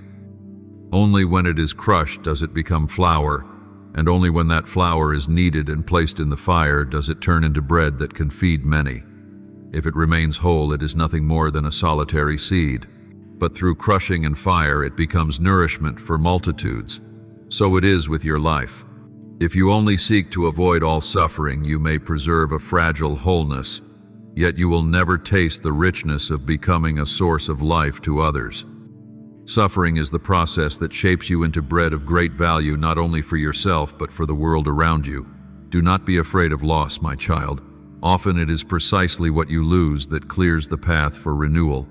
You may think that loss is the mark of failure, but in me, loss is only the beginning of exchange. When autumn comes, leaves fall, and the tree stands bare, yet winter makes way for spring. If the leaves do not fall, there is no room for new buds to grow. Likewise, when I allow something to be taken from you, it is not to leave you empty, but to make space for the new to take root. Suffering is like winter, cold and harsh, yet it paves the way for a more radiant spring. My child, I know your tears make you feel weak, yet it is those very tears that wash the eyes of your spirit, helping you to see more clearly. When you laugh, the world may hear, but when you cry, heaven listens most intently. Suffering does not turn you into someone weak. It makes you real. It strips away the masks you wear, forcing you to face the truth of who you are, and from there it opens the door to true renewal. Think of the diamond, my child. It does not shine by itself, but is forged beneath immense pressure deep within the earth. Without pressure, it is only coal. With pressure, it becomes a treasure. You are the same. The pressures you bear are not meant to destroy you, but to transform you. When I allow you to walk through trials, it is not abandonment, but the careful crafting of a radiant masterpiece. One day you will see that the darkest seasons produce the brightest light in your life. So my child, do not let suffering be a full stop. Let it become a comma, a pause where you breathe, learn, and renew before continuing into a new chapter. When you embrace suffering as part of the journey, it loses its power to destroy. It becomes a teacher, a mirror, a refining fire. And when you step out of the furnace, you will no longer be who you once were, but a soul, stronger, wiser, and more radiant. There are classrooms, my child, that you cannot enter except through the doorway of suffering. I know you long for ease, for light, for smooth and straight paths, but some of the deepest truths never sprout in comfort. They are sown in the barren soil of loss, watered by tears, and nurtured in the furnace of trials. These lessons are not written in the textbooks of this world, but they are required courses in the school of spiritual maturity. The first lesson suffering teaches you, my child, is humility. In times of abundance, you are quick to believe that everything you achieve comes by your own strength. You lift your head high, imagining yourself invincible. But when a storm strikes, you see how fragile you really are. Suffering humbles the self not to humiliate, but to save. It reminds you that you are not the center of the universe, that some things lie beyond your control, and it is when you bow your head that you see most clearly my hand upholding you. Humility does not spring from applause, but from tears that remind you how much you need me. The second lesson, my beloved child, that suffering plants within you is compassion. Those who have never known pain are quick to judge, but the one who has walked through sorrow learns to listen with the heart. Suffering breaks the shell of indifference, making it impossible for you to pass by another without noticing the tears in their eyes. When you have lost, you know how to comfort the grieving. When you have fallen, you know how to help another rise. Suffering does not make you bitter unless you allow it to steal your hope. But if you let me transform it, suffering will shape you into a soul that loves more deeply, carrying the pain of others as though it were your own. My child, the third lesson that only suffering can teach is inner strength. This strength is not muscle, nor is it the hardness of an outward appearance, but the ability to remain standing when everything around collapses. It is endurance, persistence, and steadfastness. No classroom in the school of life can impart this except the furnace of trials. When you are pressed to the wall, when every support is stripped away, only then do you discover the strength within that I placed in you from the very beginning. That strength is none other than myself living in you. Suffering is like a mirror reflecting back to you that you are capable of more than you ever believed. My child, I do not send suffering to crush your spirit. I allow it so that hidden classrooms may be opened to you. When you walk out of this school, you will step forth with humility that teaches dependence, with compassion that teaches love, and with inner strength that teaches perseverance. These three treasures cannot be bought with silver or gold, nor can they be learned through theory.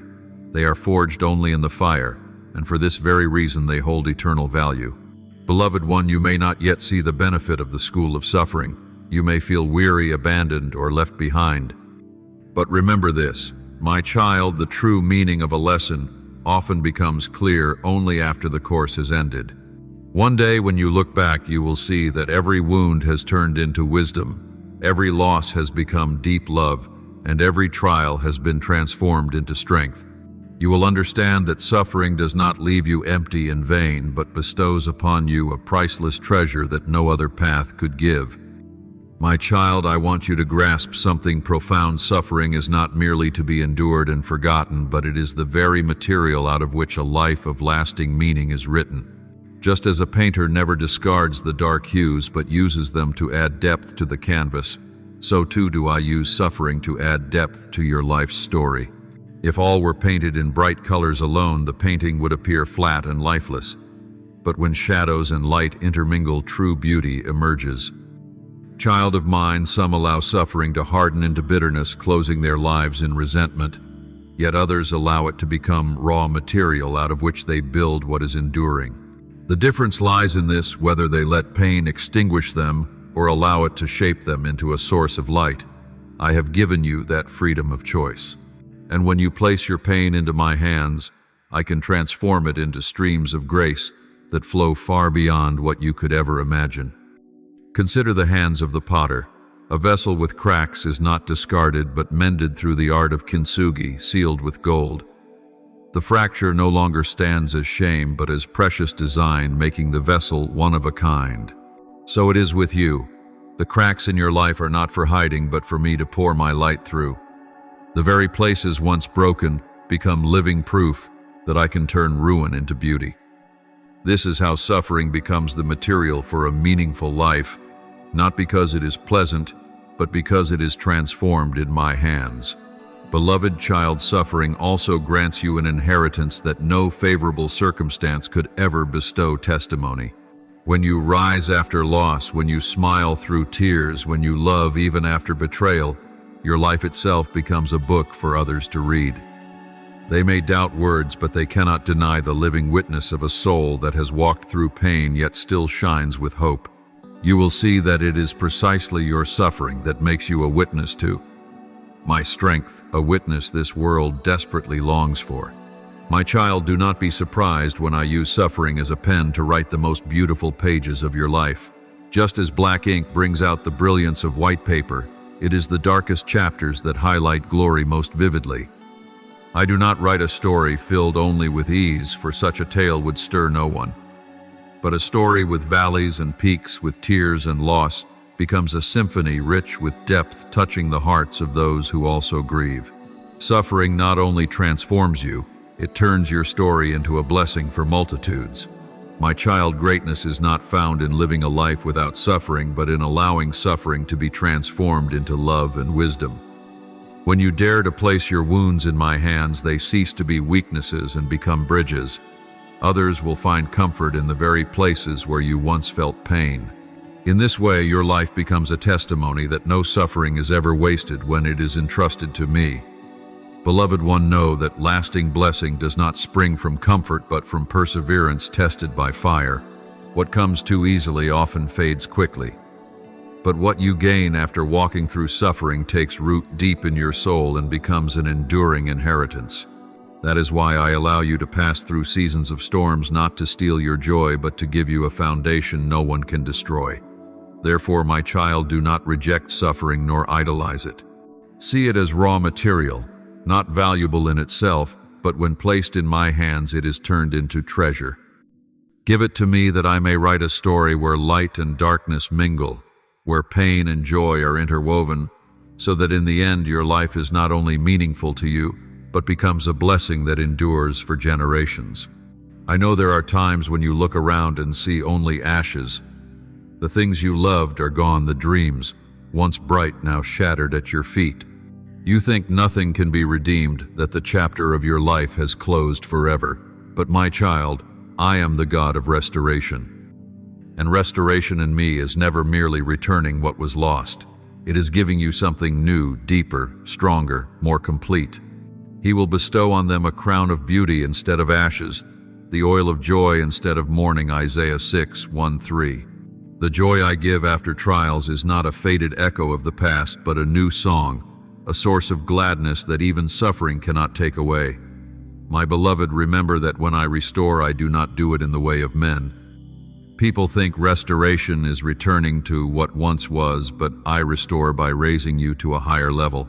Like a tree pruned bare, it may look stripped at first, but soon it grows stronger branches and bears more fruit.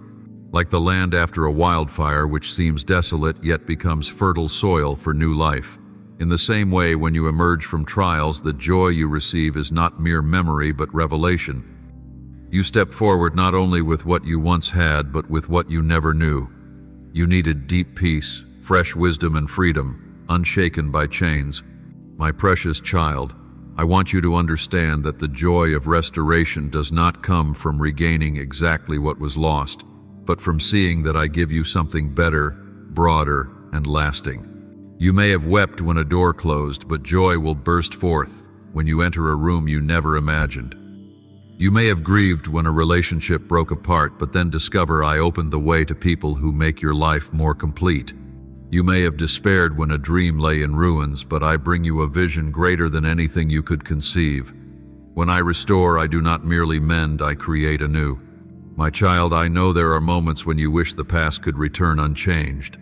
But hear me, I never take you back to what once was, because I do not want you to live with a recycled version. I desire to give you something entirely new, a joy built upon the foundation of the trials you have endured. This joy is not shallow, not dependent on circumstance, not fragile before the storm. It is deep like underground waters, steady as a mountain and enduring as a river that flows without end.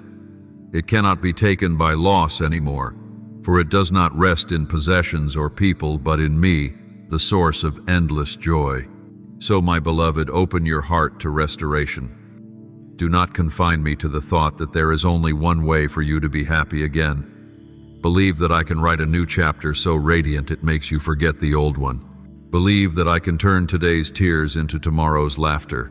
Believe that I can transform mourning into dancing. For I am not the God who only gives back. I am the God who creates, the one who makes all things new. My child, I want you to understand that restoration in me never means merely returning you to your former place as though I were simply turning back time to mend what was broken. My restoration is not about making things the way they were, but about creating a new reality where your soul is renewed and your life's purpose is revealed in greater depth. If I only returned you to the original state, you might easily fall back into the old paths. But when I restore, I lift you to a new level where you are no longer who you once were, but a soul reshaped by the fire of trials. My child, think of the seed. Once it is sown and begins to sprout, it can never return to being just a seed. It has transformed into a plant carrying within itself the capacity to bear fruit. My restoration works the same way. It does not send you back to your former shape, but causes you to grow into a new form. The suffering you endured was not meant to rob you of your worth, but to open the door to the new purpose I have set for you. You will enter another stage, higher, deeper, wider. Beloved child, many times you longed for me to make things as they once were, but you did not see that the past no longer fits who you have become today. When one door closes, it is because you have matured enough to walk into another room. When an old relationship, a job, or a dream fades away, it is not because you are unworthy, but because I am leading you towards something more fitting for the new person I am shaping you into. Restoration is not about going back, but about moving forward with eyes that see farther and a heart that feels deeper. My child, renewal and restoration also takes place in your spirit. When you pass through trials, your heart is stripped of its fragile supports. You learn to lean wholly on me, and from that reliance you become free. Your faith is no longer placed in what is fleeting, but in me, the unchanging one. That freedom is the mark that you have stepped into a new level, no longer bound by fear or failure. You discover that in weakness you are made strong. In loss you uncover a source of life that never runs dry. My child, your life's purpose is also renewed through restoration. Trials have taught you lessons you could never learn in ease. They have widened your heart for compassion, strengthened your will to endure, and sharpened your mind to live with focus. When you emerge from the furnace of testing, you no longer live just for yourself, but carry a mission to comfort, to lift up, and to guide others. What you have walked through does not end with you. It becomes part of the legacy you leave for the generations to come. This is the new level that restoration brings you into, not a life that merely survives, but one that influences and leaves an eternal mark. Beloved child, I restore you, so that you may know life is not about clinging to what is old, but about allowing me to make all things new. When I restore you, no longer need to compare the present with the past, for you will see that what I give far surpasses what was lost. You will no longer say, "If only things were as before," but will declare, "Thank you, Lord, for the new thing you have done." And the joy you receive will not be as fragile as before, but enduring, for it is founded upon me, the one who never changes. Therefore, my child, welcome restoration with an open heart. Do not seek to go back, but step forward with courage. Believe that what lies ahead is greater than what lies behind. Trust that I am writing a new chapter, where you are not only healed, but transformed. And as you walk into that chapter, you will see that restoration in me is not the copying of the past, but the creation of a future deeper, fuller, and richer in purpose.